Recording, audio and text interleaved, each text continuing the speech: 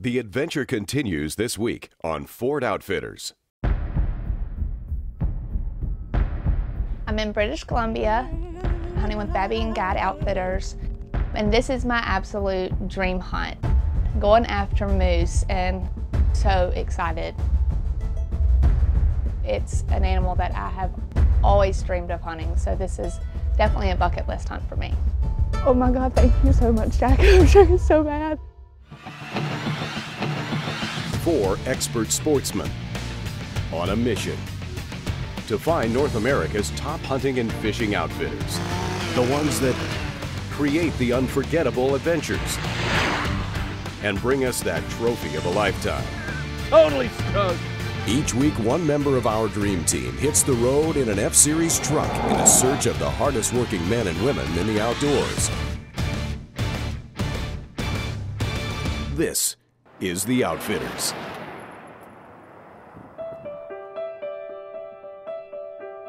Beautiful. A simple yet appropriate adjective permanently tied to British Columbia. In the northwestern corner of the Canadian province, approximately halfway between Prince George and Prince Rupert, lies the quiet burg of Smithers. Smithereens, as residents here are known, are intimately attached to this wild place.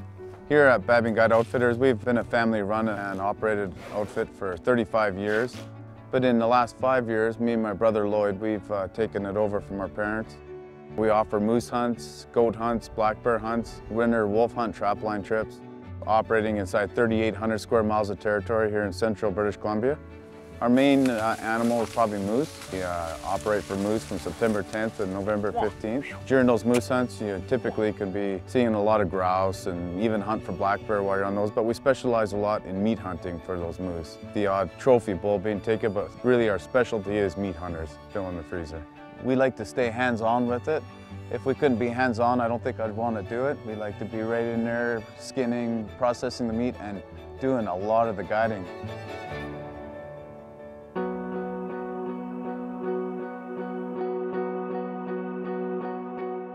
The road turns to gravel and the anticipation builds as Haley edges closer to moose country.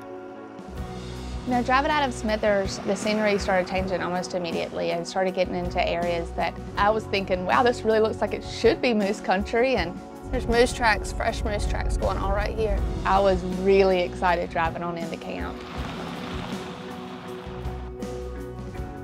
Hey. You must be Jack. Yeah. I'm Haley. Nice to meet you. Nice to meet you. This place is absolutely gorgeous. Thank you. Surrounded by a wondrous natural playground, Babine Outfitters' home base is all business when it comes time to hunt. Yeah, this is a typical setup that we take out moose hunting. Just making sure we have lots of rope. Sure do take a lot of stuff with you. I got lots of room in that truck, so homemade shooting sticks. You know, just real handy and easy to use. Some chainsaw gas and a chainsaw. You never know when that's gonna come in handy, and it comes in handy all the time. Probably the most important is the lunch box. It's got the cookie box in there and the sandwiches and drinks, but most importantly, the cookie box. So in our territory, we're 3,800 square miles of area. When properly done, the logging roads are actually an asset for us. North of the lodge is a series of roads that offer quick access to the moose grounds. So when we go out in the Super Duty, we're probably going to encounter some closed roads. And I like to try and have equipment out in the bush for us to use. And we have a ranger on the other side of a closed road. And we'll go use the ranger and access some of them closed areas. Wasn't long after we were riding in the ranger and we're going and we go around this curve and all of a sudden he's like, moose, get out, get ready. There standing in front of me is finally a moose and my heart was racing and he was like, it's a cow, but stay ready because you never know when a bull's gonna be behind it. No bull came out. The little calf came right behind it on the other side of the road, and that was pretty neat getting to see a mama and baby and get my heart racing, give us a little bit of practice at least for that first one because I was a complete cluster. I'll go find another one. Okay. Hopefully something with antlers. I know. Haley's BC Moose adventure is off to a fast start. Can she remain focused on her goal amidst all this excitement when The Outfitters returns? The Outfitters is brought to you by the 2015 Ford Super Duty.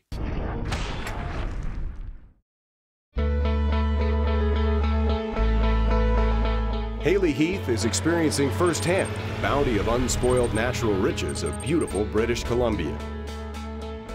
You know, riding around in the Ranger, Jack was telling me all the different things, all the species that he offers, and we were just kind of chatting, and then all of a sudden we get to this point, and he's like, hey, look up there, there's mountain goats, and he's born and raised here, and so it's just not a big deal to him. He's like, oh, look, cool. You know, I was like, oh, there's mountain goats right there. I mean, they're a good distance away, but at the same time, you know, something you could totally get on foot and just hike straight up there and be able to have a mountain goat in a day, which is pretty amazing. So that was really cool because, you know, you realize that all these things that he offers, I'm seeing immediately on the first day.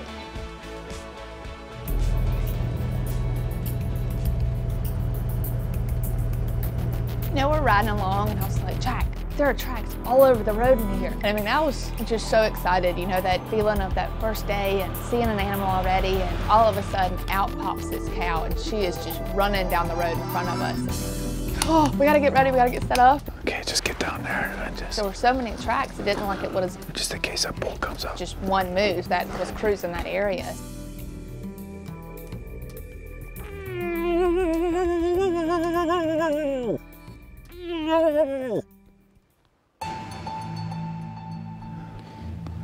She just stopped up there, but yeah, just out of sight right there, but she's right on the road still.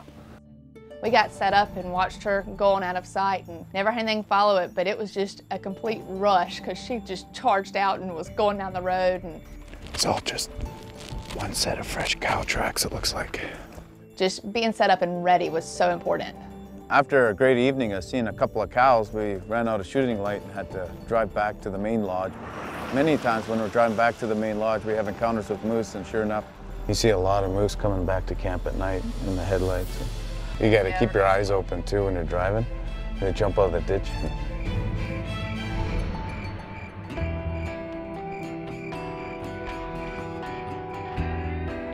Weather here is highly unpredictable, but the morning skies invite a change in strategy, and Haley and Jack head for the dock. It's a beautiful morning, a little bit overcast, but the fog's above the lake, so it should be a perfect hunting morning.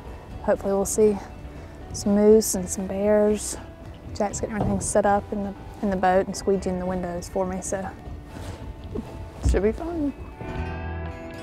A lot of moose are taken from the boat. We see a lot of moose from the boat. It's one of our main ways of harvesting moose. It's a really easy recovery and a very high success on our stocks. It's clearing up quite a bit now.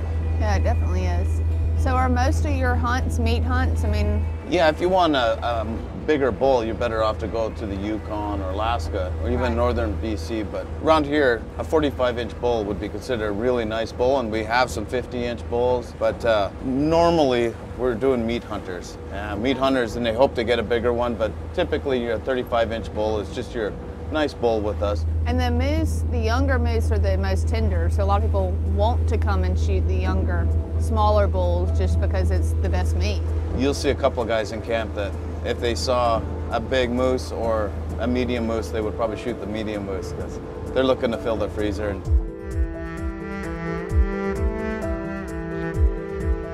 So it was a very slow morning out in the boat, so I thought I'd take Haley out, just look at some salmon. A lot of the time there's some bears around there eating on the salmon. It would be kind of a cool encounter. So I was game. We hopped out and went for a hike. I got my gun and I'm ready just in case a grizzly comes at us.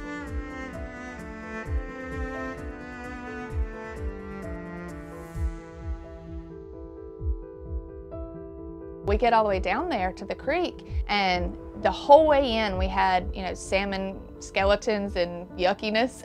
You can see where they've been coming up, taking the fish out of the pond here and just bring it right up here.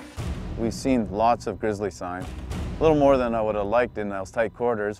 Where I'm standing right now, it would be really close if one came in. So it was a great experience, but I was kind of ready to head on back to the boat and be in the safe area. Well, we've done our scouting. We've got a great camping location picked out. Now we've got to set up some tree stands for our clients that are coming in. I've also got to check trail cameras and figure out where the animals are at. This is the Built Tough field test.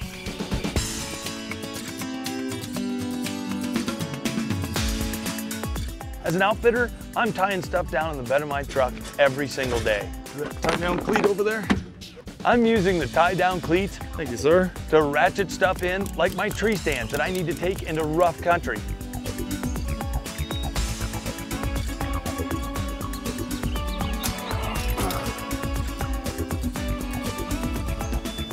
Like every guy, my truck is my workshop. The fact that I'm in a remote camp and my Ford Touch is Wi-Fi compatible, I can pull up and show my buddy video that I've taken from my trail cameras right in the truck.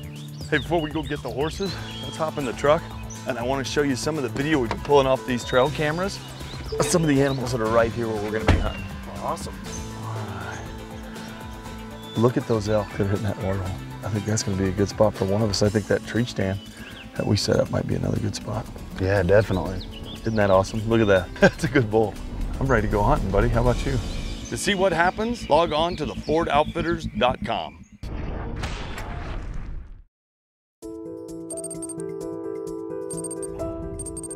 For this hunt, I brought my Remington 375. It's a pretty big gun, and I know that they like to have like a 300, but this gun is very special to me, and it's because it is my dad's. He shot his first moose with it. And so that was a huge thing for me to bring along something that I knew took down my dad's first moose, and something that, and hopefully I can pass along to my children one day if they ever want to take down their first moose. Clear-cut blocks allow light to the forest floor, a benefit to all of the game species. The plan today will be to access some of the territory through the main logging road quickly, and then use the side roads from there to go and glass the fresh blocks and try to get on some moose from there. There's a moose right there, right there. Come on. Sure enough, he did some calling, and immediately a moose steps out. So I get on the sticks, get set up. It was a cow, but we were like, there's got to be a bull around here somewhere. I mean, this is the end of the rut, and we should be seeing a bull sometime soon. So we watched her, kept watching her. She went away, and no bull stepped out. But I mean, it was just a perfect example of how those cuts work, and that's our greatest opportunity to be able to see one is in these cut areas. So how can you tell the difference between the black bear paw and the grizzly? Most of it's just on sheer size. Those grizzly tracks are huge compared to a black bear. Yeah. And the grizzly tracks, the claws are much more straight across and further out. Not a black bear, it's much more curved and the claws are closer in. But it looks like a grizzly track. You know, Yeah, nice that would have been bear. a surprise hopping over that hill and seeing that. It would have been nice to see that cow with antlers instead. That's very true.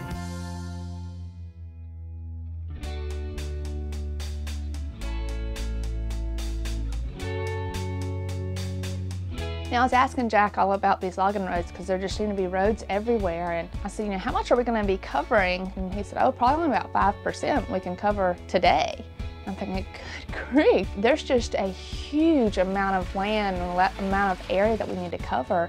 And so sure enough, we would go down the logging road, glass, and then come back and go down another one. I mean, we were just covering a ton of land in the Super Duty. So in the afternoon, while the hunting's a little slow, it was kind of nice to go up and get a good vantage point. So we took Super Duty up on this one hill right in the middle of a fresh block that looks down on the lake. And really got a chance to look at the land a little bit and see if anything was out there.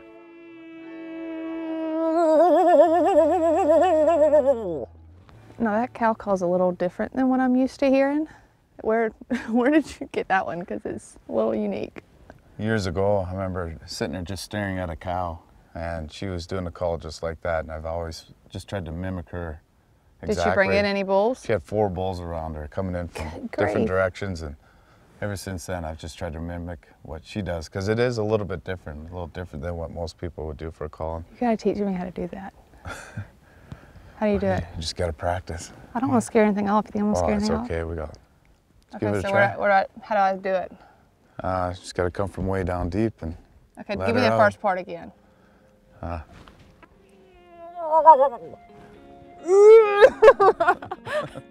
Think I'm gonna scare him off. Well, that might not work. I think I'm gonna leave the moose calling up to you.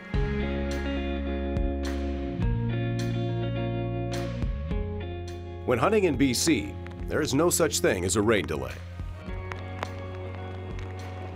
What do the animals do? I mean, like, what do the moose do during the rain? It doesn't seem to affect the moose that much. They come out in the rain, and they like water, so we were experiencing a lot of rough weather, and I kind of wanted to get Haley into some areas that way back in there, light winding down. We're coming back from a side road that we had gone up, and you always want to pay attention on your way out too, because Animals come out behind you all the time. It's a great time to still see a moose. You always have to pay attention. All of a sudden, Jack just pounds on the brakes, and I'm just like, whoa. And I thought I saw a moose on our way out, and I backed up to give it another look because I thought I saw something. But sure enough, it turned out to be a grizzly instead, which was pretty cool. And we got a great encounter out of that one. It's a nice grizzly. So cool. It's going right at us. Yeah. Enter for your chance to win the official ride of the Outfitters, the all-new 2015 Ford F-150 with EcoBoost, or win one of 4 perfect weekend adventures designed by the Outfitters hosts. A drizzly day on a remote logging road in British Columbia, and Haley and Jack have company. That's a nice bear. How big is that one? I think that's about 7.5 footer, you know, nice bear, mature. Yeah, it was pretty exciting to see this bear because I've only seen his tracks for the last year. And I've had some grizzly hunters out and we've tried to get him, but he's like he's a ghost. You just see his tracks, but you never see him. So this is one of my first encounters with this bear, and I'm looking forward to getting another crack at him next spring because we've got a hunter that's coming up that's gonna try and get himself a grizzly, and I know this is gonna be one that we really want. Oh, it's cold in. I guess it didn't want to come look at us.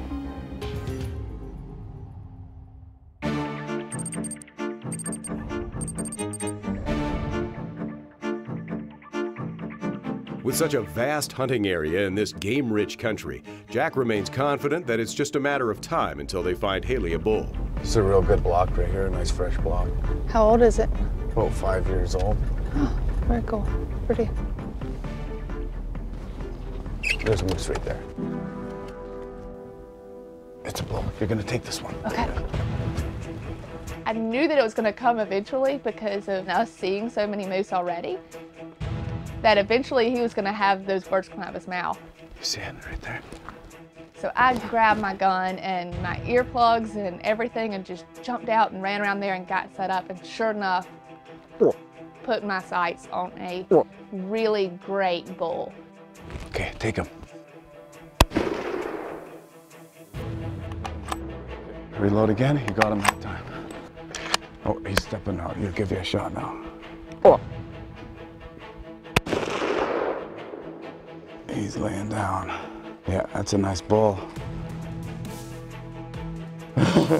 I'm shaking so bad. Oh my God. They're tough animals. I mean, I'm just wearing him out at 375. Oh my God, I'm shaking so bad. Yes, I just scored my first moose. This is a bucket list hunt for me. Oh my God, thank you so much, Jack. I'm shaking so bad.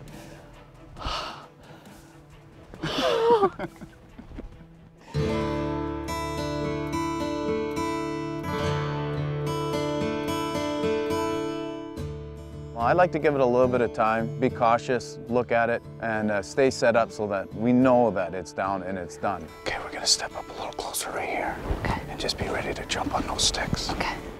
That was one of the best feelings. I'd finally gotten my first bull moose with my dad's gun that he killed his first bull moose with. I mean, it was just such a special moment for me. Oh my, look at the blood. Oh my goodness. Oh, I drilled him. Look at that. Oh, Yeah. that is awesome. Congratulations. Thank you. I'm gonna unload my gun. After snapping a couple of pictures, Jack's like, listen, we got a lot of work to do. We need to get moving.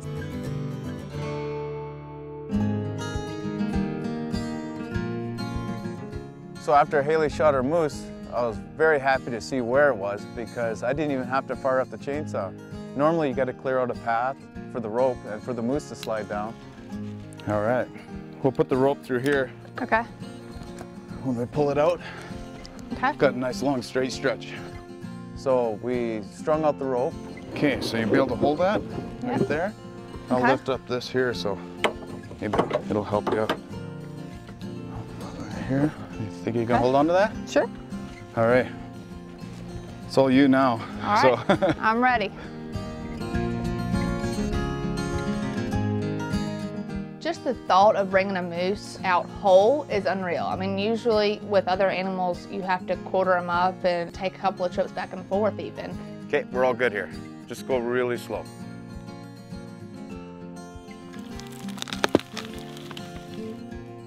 And you know, you got 200 yards that you're about to pull him up and then load him in the back of the Super Duty. I mean, that's just mind-blowing to me. Jack's whole operation and Babine Guide Outfitters were phenomenal. It was just one of the greatest experiences I've had hunting, for sure.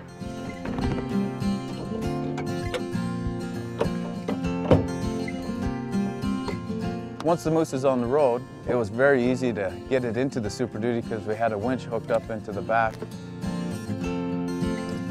Now with the long box on that Super Duty, it sure made it a lot easier because they're a big animal and it made it a little bit nicer to get them in the back.